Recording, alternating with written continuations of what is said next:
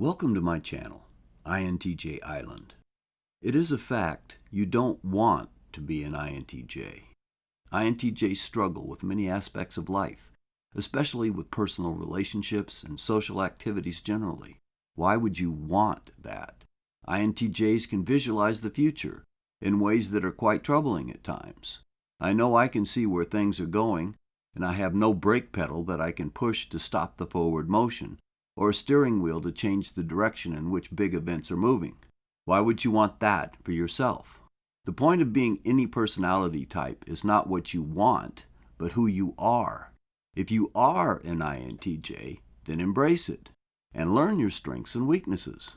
But there is no point to wanting to be an INTJ if you actually are not one, because the only help you can get from this system of personality understanding is by knowing who you really are and what your personal strengths and weaknesses are.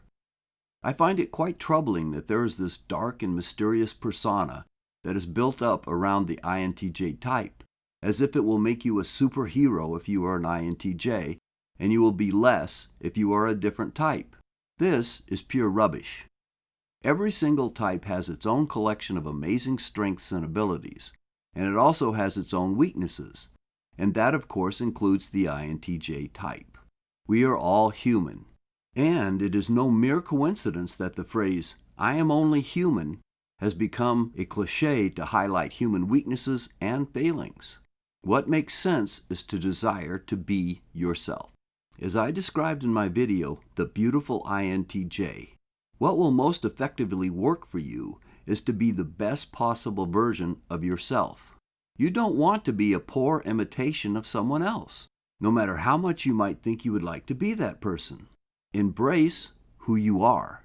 Use your own strengths to build upon. Identify your own weaknesses and find ways of dealing with them.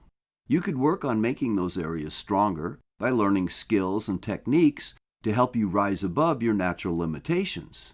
Or you might use some area where you are strong to fortify methods of avoiding your natural tendencies to fail at various tasks or situations. Knowing who you are, both where you are strong and where you are weak, is the only sure path to real contentment and the best possible path to improvement. In 1982, I re-enlisted in the U.S. Navy, and one of my incentives for committing to another 6 years of service was a guarantee for my first duty assignment for my new hitch. I decided to use that opportunity to face one of my greatest weaknesses, dealing with people. I had never heard of MBTI or INTJs at that time, but I knew that I had great difficulty with social gatherings and facing groups of strangers. So I took on the challenge of becoming an electronics instructor, a teacher standing up in front of a class of students who were all strangers to me. I had remembered earlier times when I was in school, and I had to read a speech or say something to a large gathering. It was not a fun experience at all. I found that I could perform in public, playing my guitar and singing for a group, because it was all laid out for me by the structure of the song, the words, the melody, and the chords to play. There was little ad-libbing required. I just did what I knew how to do to the best of my ability. But teaching was way out of my comfort zone. I had to present material, and that could be learned. But I also had to deal with questions that could come from anywhere, and students who had personal problems, and many other things that I really couldn't even guess at before I started on this path. It was an unknown thing, and for me it was like walking through a strange, dark valley. But I wanted to improve myself, and I felt fairly confident that I could do it. I must have, because if I didn't make this work, it would leave me in the lurch, because I would lose those guaranteed orders. Before I could start teaching, I first had to learn how to do that job. So, the Navy sent me to IT school. Today, when you say IT, you usually mean a department where computer experts work. But in 1982, in the Navy, it meant Instructor Training. The very first day of that class, our class sponsor, or coach, told the group that the absolute strongest phobia that most people have is that of standing up in front of a large group to speak. That information merely reinforced what I had expected this job to be like. Little did I know at the time that I would spend nearly 10 years doing that job and that I would grow to love it. I have discussed that process in other videos, so I won't go into the details here, but I found that I could use my strong points as an INTJ to become a very good instructor.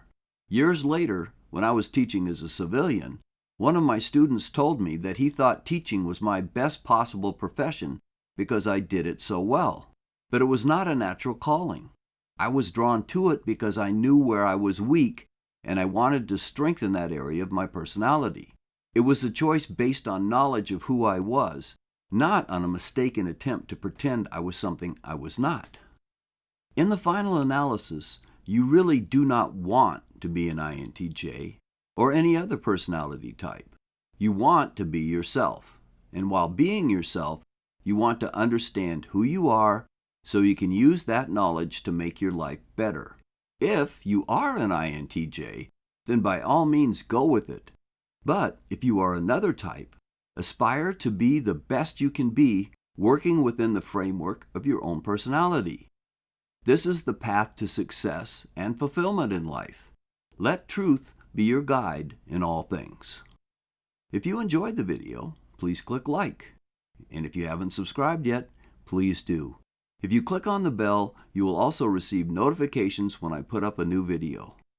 Thank you for watching, and I'll see you next time.